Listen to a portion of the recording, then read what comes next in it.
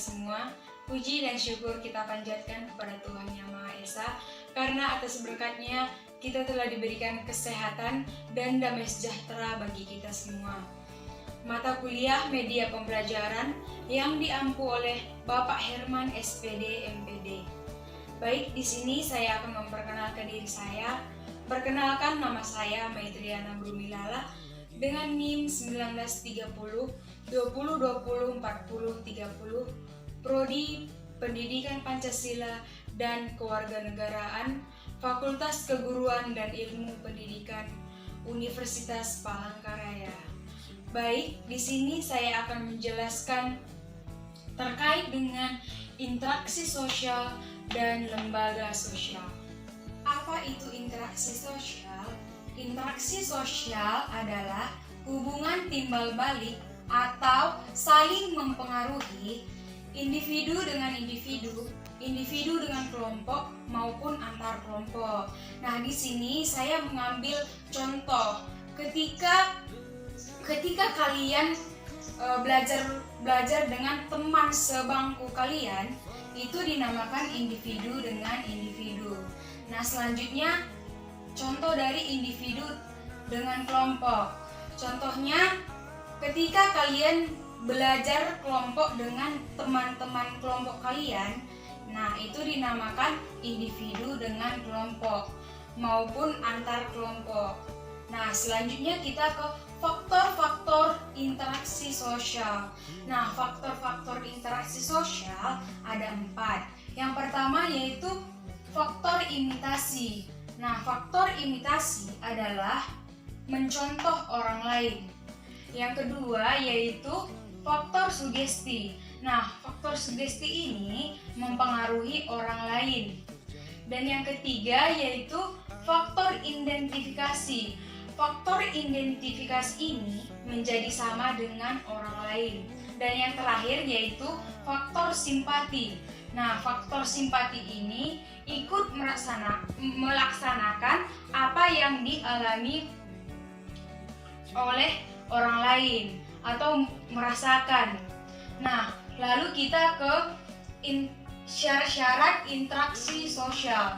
Nah, syarat-syarat interaksi sosial ada 2. Yang pertama yaitu kontrak sosial.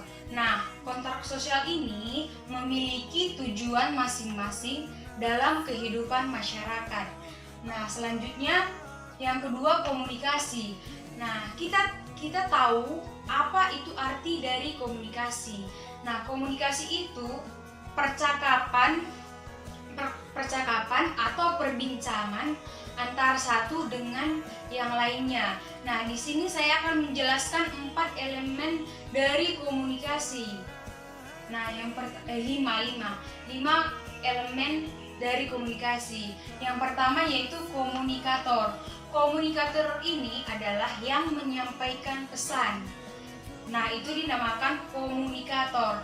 Nah, selanjutnya kita ke komunikan. Komunikan ini yang diberikan pesan. Nah, itu dinamakan komunikan. Selanjutnya kita ke pesan. Nah, pesan ini misalnya ketika kalian sedang memberikan informasi yang penting kepada teman-teman kalian, berbicara, baik itu saudara, keluarga, atau yang lainnya. Nah, itu dinamakan pesan. Nah, selanjutnya kita ke media. Nah, media ini contohnya di sini saya ambil ketika kalian mempunyai saudara, keluarga, teman di luar negeri. Nah, kalian ingin menegur dan menelponnya. Nah, itu dinamakan media. Selanjutnya kita ke efek. Nah, kalian tadi kan udah menegur sapa, menelpon. Nah, di situ adanya perbincangan. Nah, perbincangan atau perasaan seperti senang, sedih atau yang lainnya. Nah, selanjutnya kita ke bentuk-bentuk interaksi sosial. Nah, bentuk-bentuk interaksi sosial ada 2. Yang pertama yaitu proses asosiatif. Nah, apa itu proses asosiatif? Proses Asosiatif adalah interaksi sosial yang mengarah pada suatu tujuan. Nah, contohnya di situ yang saya ambil kerjasama. Nah, kerjasama itu mencari tujuan yang sama, interaksi sosial yang mencapai tujuan yang sama. Nah, contoh real yang saya ambil di sini yaitu koalisi. Nah, koalisi ini contohnya seperti ketika kalian sedang ketika kalian sedang pemilihan presiden dan wakil presiden. Di situ terdapat calon-calon presiden dan wakil presiden. Yang pastinya presiden dan wakil presiden akan menyampaikan visi dan misi kepada negaranya agar tentram. Nah, di situ adanya koalisi atau kerjasama. Nah, selanjutnya kita ke akomodasi. Nah, apa itu akomodasi? Akomodasi adalah interaksi sosial yang menyelesaikan pertentangan tanpa menjatuhkan lawan. Di sini yang saya ambil contohnya yaitu arbitrasi.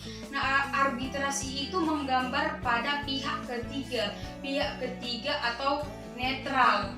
Pihak yang pertama dengan pihak lawan lainnya. Nah, itu dinamakan akomodasi. Selanjutnya kita ke kompetisi. Nah, apa sih itu kompetisi? Nah, kompetisi adalah interaksi sosial yang bersaing untuk kepentingan tertentu. Nah, di sini saya ambil contohnya ketika kalian sedang mengikuti cerdas cermat atau di perlombaan cerdas cermat, di situ adanya persaingan antara satu dengan kelompok lainnya, menjatuhkan satu dengan yang lainnya. Untuk apa? Untuk mendapatkan suatu kepentingan. Kepentingan apa? Itu kepentingannya untuk mendapatkan salah satunya menjadi seorang pemenang. Nah, itu dinamakan kompetisi. Nah, yang terakhir yaitu konflik.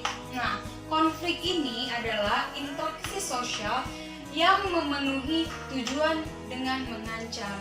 Nah, di dalam penjelasan yang saya jelaskan di sini, di dalam interaksi sosial yang saya jelaskan, yang paling berdampak negatif di sini yaitu konflik. Nah, seperti itu. Selanjutnya kita ke lembaga-lembaga sosial dan macam-macam lembaga sosial.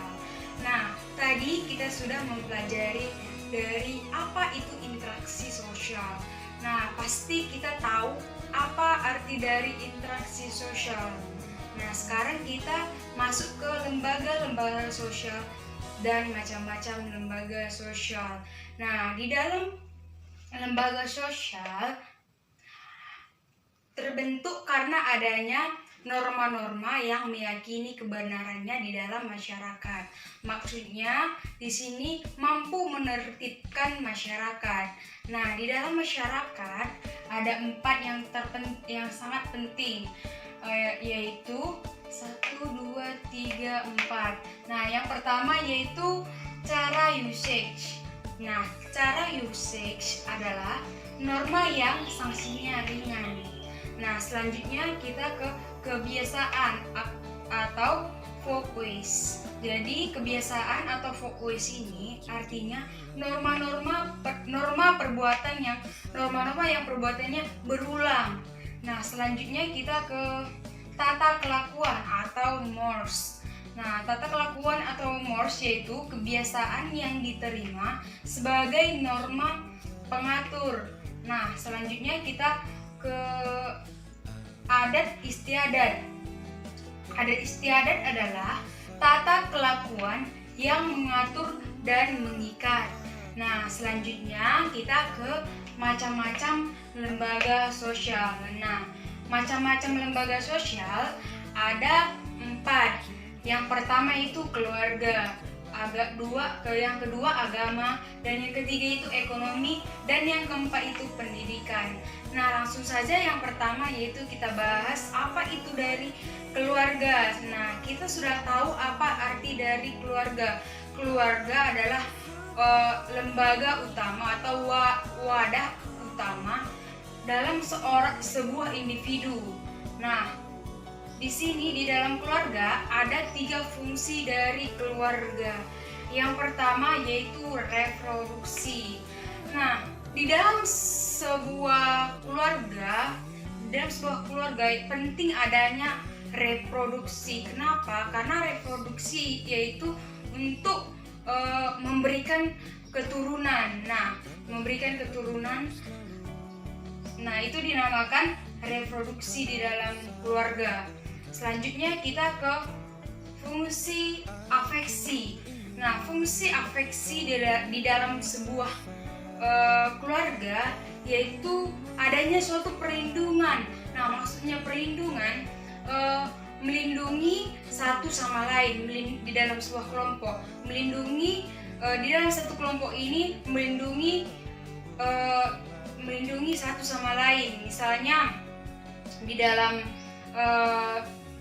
keluarga adanya ayah, adanya ibu, adanya anak. Nah, pasti di dalam keluarga ayah akan berupaya untuk melindungi anak-anak dan istrinya. Begitu juga dengan istri kepada anak-anak, begitu juga dengan anak-anaknya. Nah, itu dinamakan afeksi. Nah, selanjutnya kita ke proteksi. Nah, proteksi itu adalah proteksi di dalam sebuah keluarga yaitu mampu memberikan dan menjaga dan memberikan kenyamanan atau ketentraman, baik itu secara fisiologis maupun psikologis. Nah, selanjutnya kita ke agama. Nah, secara umum kita tahu apa arti dari agama. Nah, mungkin di seluruh dunia kita tahu apa itu arti agama. Agama yaitu yang dapat memberikan keyakinan atau memberikan memberikan perilaku menjadi arah yang lebih baik. Nah, di sini dijelaskan bahwa agama adalah sistem keyakinan yang telah dirumuskan dan dibakukan. Nah, selanjutnya kita ke ekonomi.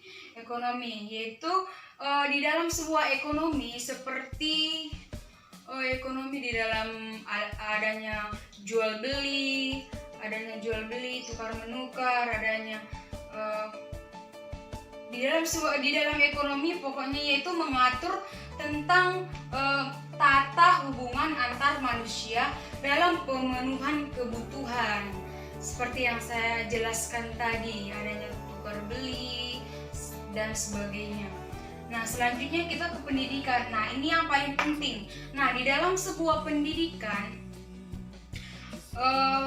pendidikan sangat penting. Mengapa? Karena pendidikan itu menambah kemampuan untuk apa? Untuk menjadikan seseorang menjadi sukses. Nah, seperti kita sebagai anak kuliah, pasti kita mempunyai tujuan dan cita-cita.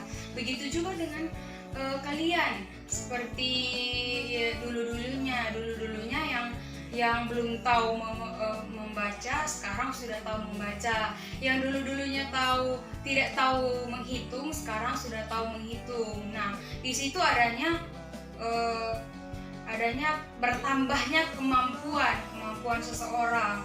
Nah, di dalam pendidikan ini di sini dijelaskan bahwa pendidikan ini berlangsungnya mengubah ke arah yang lebih baik. Nah, di sini sudah dijelaskan bahwa di dalam sebuah pendidikan ini, tadi saya sudah bilang bahwa anak kuliah itu memiliki suatu tujuan ini untuk suatu kepentingan. Nah, kepentingan apa? Misalnya kita kita ingin membahagiakan orang tua kita. Nah, kita akan berusaha bagaimana cara yang terbaik untuk menjadi seorang pendidik yang luar biasa. Nah, seperti itu. Di dalam pembelajaran interaksi sosial dan lembaga-lembaga sosial. Semoga bermanfaat bagi kita semua. Jika ada salah kata, saya mohon maaf. Sekian dan